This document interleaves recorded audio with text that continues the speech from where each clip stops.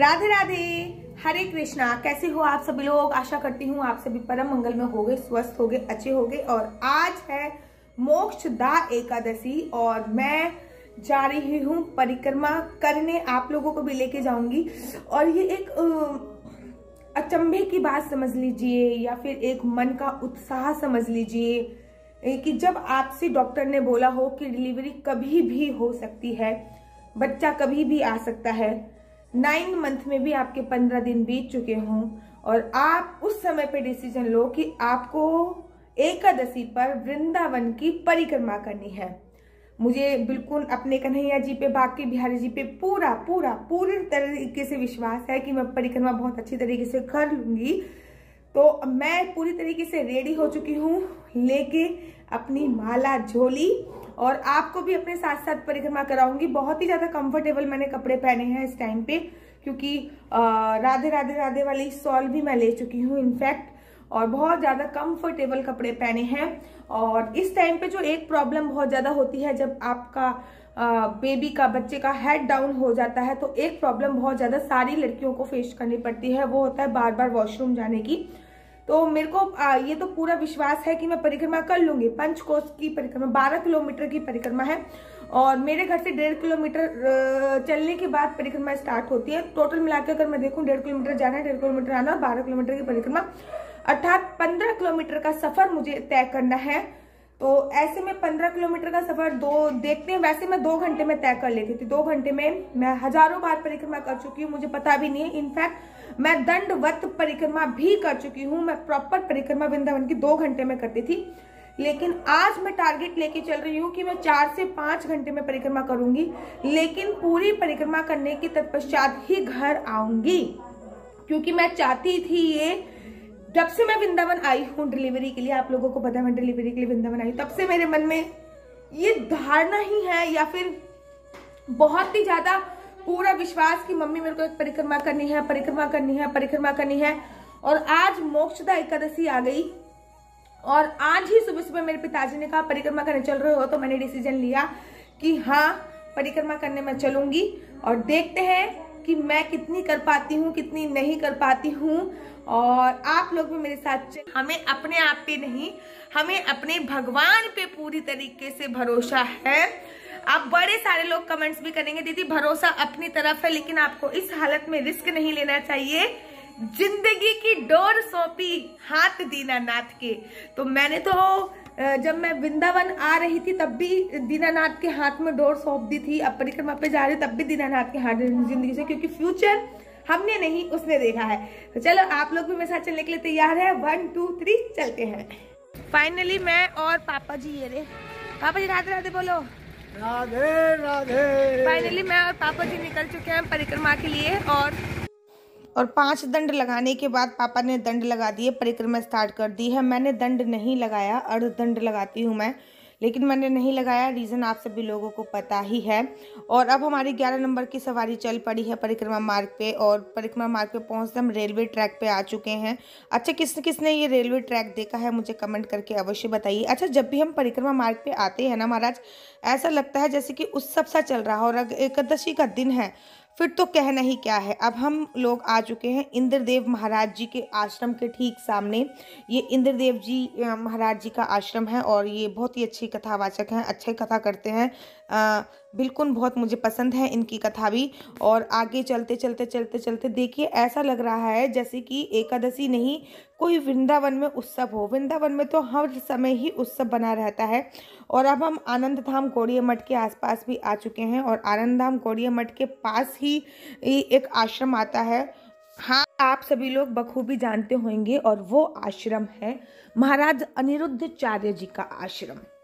अच्छा, एक चीज़ मैं आप लोगों को बता देती हूँ, अगर परिक्रमा आप लोग पैदल नहीं कर सकते, हम सब तो पैदल ही करते हैं हमेशा, अगर पैदल नहीं कर सकते तो फिर आपके लिए टमटम की व्यवस्था भी है। आप कुछ पैसे चार्ज करके टमटम पे भी परिक्रमा कर सकते हो। तो चलिए अब मैं आपको दिखाती हूँ महाराज अनिरुद्धाचार्य जी का आश्रम। ये जो आश्रम है ये वृद्ध आश्रम है अनिरुद्धाचार्य जी का, गौरी गोपाल आश्रम। और इसी के बगल में एक उनका दूसरा आश्रम है, यहाँ पे वो प्रवचन करते हैं, यहाँ पे वो कथा करते हैं।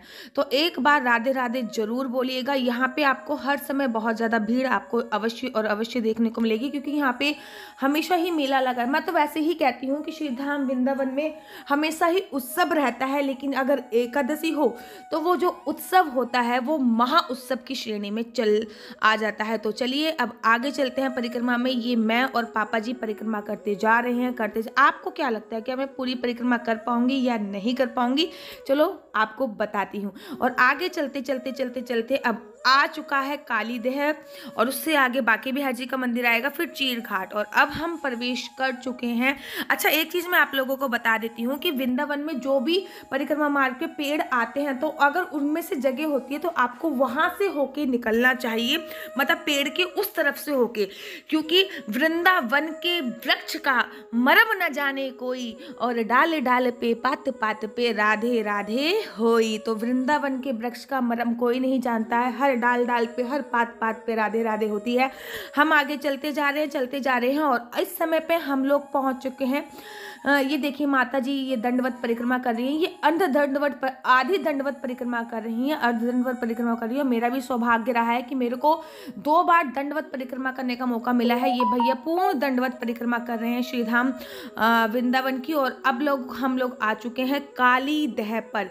कालीदेह पर तो मैं आप लोगों को क्या बताऊं, एक ऐसा वृक्ष है जिसकी परिक्रमा करने पर आप लोगों को 84 कोस की परिक्रमा का फल प्राप्त होता है। सबसे पहले आप लोग मनोकामना सिद्ध केली कदम वृक्ष की दर्शन कीजिए, क्योंकि ये वही वृक्ष है जिसमें भगवान श्री कृष्ण जी के चरणों के निशान आज भी मौजूद है, जिसमें अमृत गिर गया था, और अमृत गिरने के बाद इस पेड़ को अजरता और अमरता का वरदान प्राप्त हो गया है।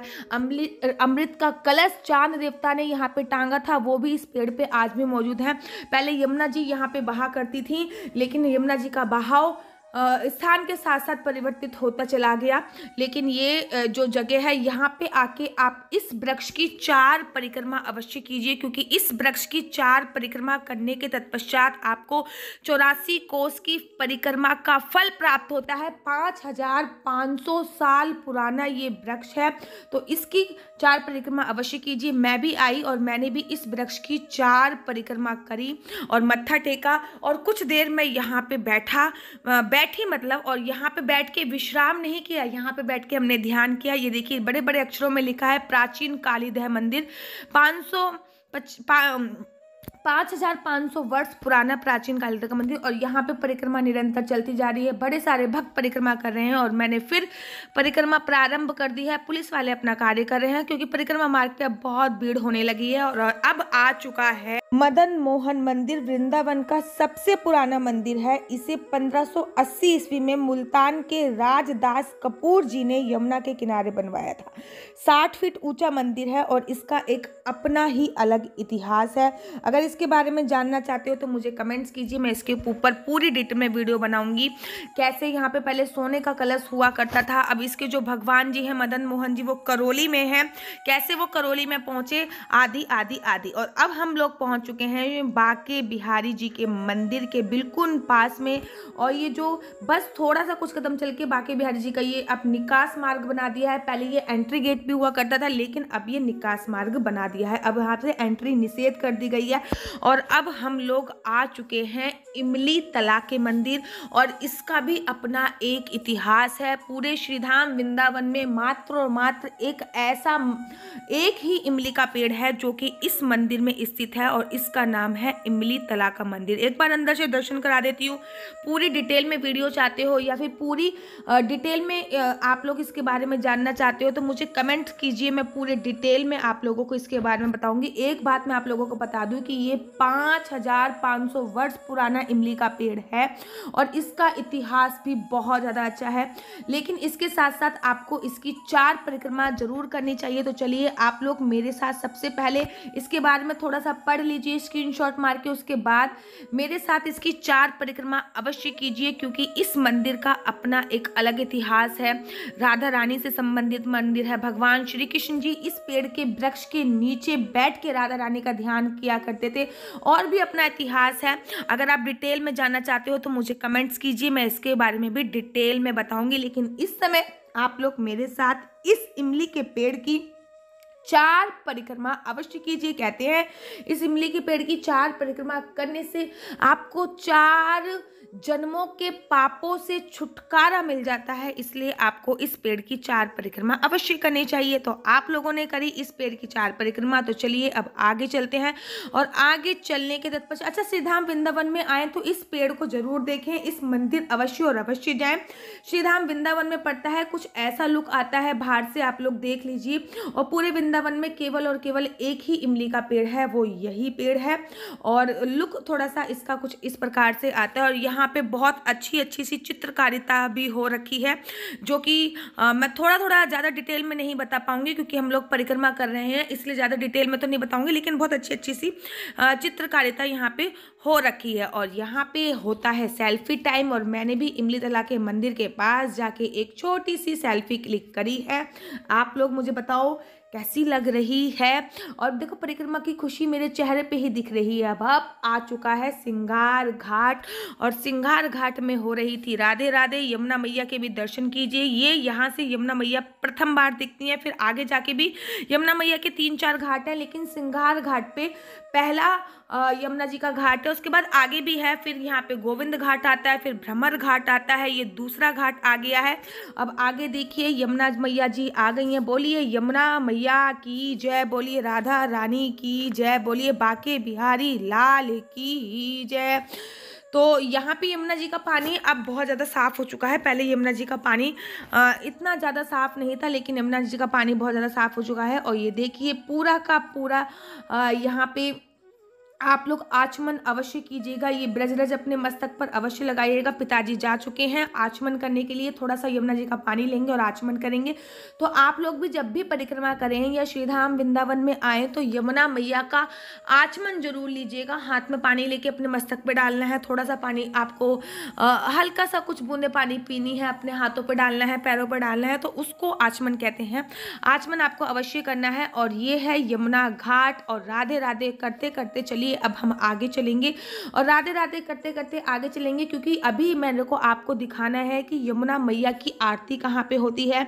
यमुना मैया एक ब्रज में ना जो रानियां बहुत हैं, ब्रज रानी है, यमुना रानी है, तो ब्रज की जो एक और महारानी है, एक तो ब्रज रानी ही है और दूसरी जो ब्रज की महारानी है वो यमुना रानी है। तो मैं अभी आपको यमुना मैया के भी दर्शन कराऊंगी। ये पहले 3 शिवलिंग के आप लोग दर्शन कर लीजिए, और 3 शिवलिंग के दर्शन करने के बाद आप लोगों को मैं अब दर्शन कराने वाली हूँ यमुना मैया का, जो कि यमुना मैया जी का एक पेड़ है। ये आरती घाट है, यहाँ पे आरती होती है। अच्छा आरती घाट भी ना 3-4 हैं यहाँ पे, एक आरती घाट नहीं है, कम से कम 3-4 हैं। और एक आरती घाट तो पूरी तरीके से डेकोरेट हो रखा था, पूरी तरीके से तैयार हो रखा था, सजा हुआ था, क्योंकि शाम की आरती की वहाँ पे तैयारी हो रखी थी। ये रही आरती घाट जो कि पूरी तरीके से डेकोरेट हो रखा है, सजा हुआ है, शाम की आरती की यहाँ पे तैयारी चल रही है। आप दर्शन कीजिए यमुना मैया के, बोलिए यमुना मैया की जय। ये यमुना मैया का मंदिर है, बड़े बड़े अक्षरों में लिखा हुआ है श्री प्राचीनतम श्री यमुना मैया। और अब हम लोग आ चुके हैं केसी घाट पर।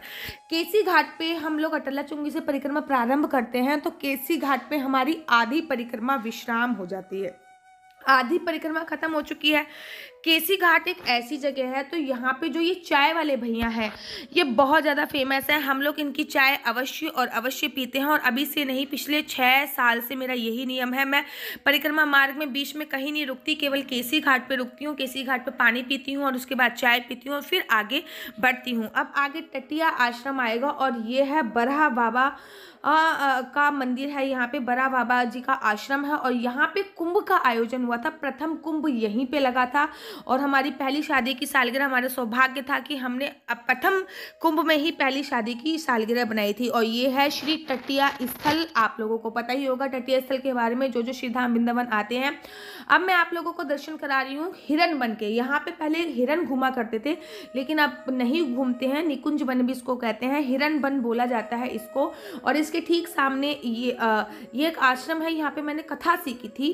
अराउंड मैं 5-6 महीने यहाँ पे भी आई थी कथा सीखने के लिए। और अब हम परिक्रमा करते करते एक ऐसी जगह पे आ चुके हैं कि श्याम कुटी आश्रम। श्याम कुटी से हम लोग जरूर निकलते हैं, जब भी परिक्रमा करते हैं तो श्याम कुटी के अंदर से निकलते हैं। और श्याम कुटी देखने में कुछ ऐसी लगती है। यहाँ पे बहुत सारे साधु संत बैठे होते हैं, लेकिन इस समय पे नहीं बैठे थे क्योंकि कहीं कहीं भंडारा चल रहा था, तो उनको पर्ची आई हुई थी।